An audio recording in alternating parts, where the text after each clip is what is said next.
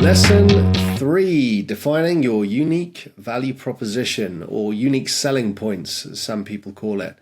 So your unique value propositions, what is it that really makes you special? What makes you stand out? What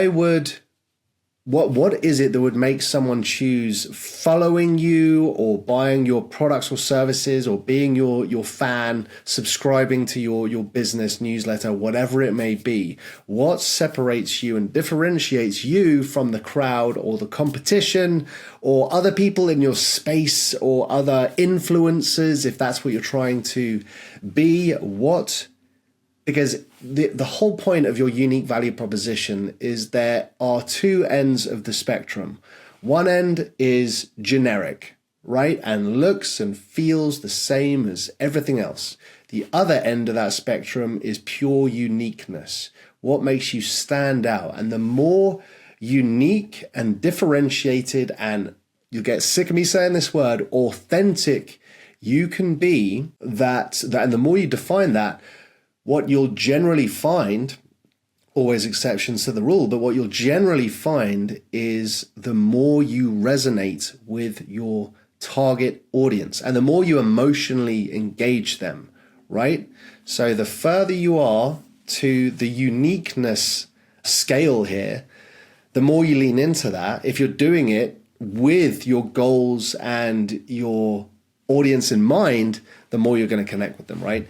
So a good way to think about this, guys, is start listing a few of your strengths and maybe even weaknesses. Well, no, not weaknesses. Focus on strengths here. And not that these are supposed to be giving you homework, guys. These are just very basic foundational lessons. And the reason I'm doing it, let me give you a bit of the method behind the madness. Even if you're just blasting through these are a few minutes each.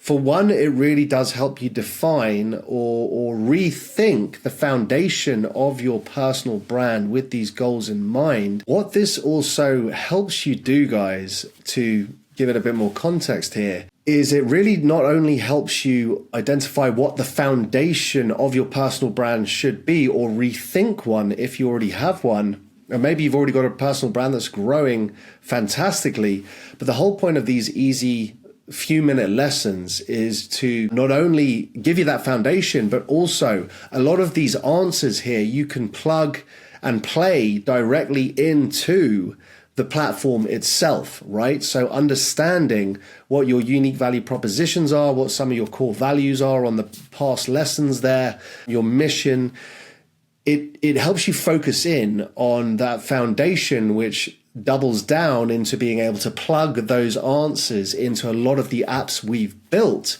to get the best outputs that are most effective for you to use, right? So that's a little bit more of the method behind the madness of why I want you to start thinking a little bit about these, even if it's just in your head.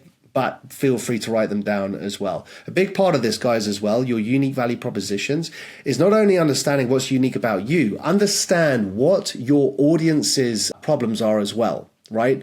Consider the problems that your audience faces. What challenges are you there to help them solve? Now, I understand some people in here might just be trying to build a following, but even so, if you're not specifically trying to start a business and solve a problem, it still helps to identify. It's very rare that someone applies to all demographics, all ages, and all aspects of life, right? You need to figure out, and all of the biggest personal brands in the world, they have a specific or maybe a few demographics that they really resonate with, right?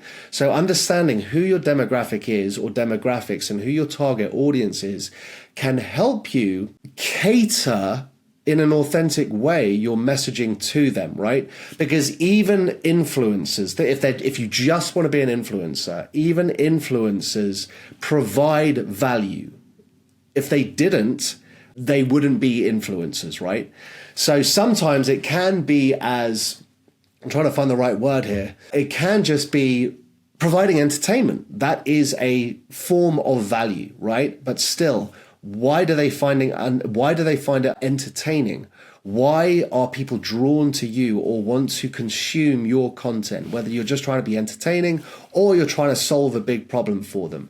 Trying to understand who your audience is and what their problems are or what they're coming to you for is so, so important. So not just defining what are your unique value propositions internally, what is your target audience looking to you for? What problem do they want to solve, or what are they coming to you for? Great way to think about it, guys. So maybe jot a few things down here. Just it helps you plug these inputs into the machine, the platform itself, and just start thinking about it. Again, this is something that is ever evolving, guys. Just getting you to think a little bit more in terms of, if you're serious about building a personal brand, the more you can refine and define. No, that's a nice little slogan I'll use moving forward. The better, right? The more precisely and concisely you can target your audience and get that traction, get those followers, get those fans, get people to subscribe, get people to buy your products and services, because you understand who your audience is and how to resonate with them, emotionally engage them, and connect with them. All right, cheers.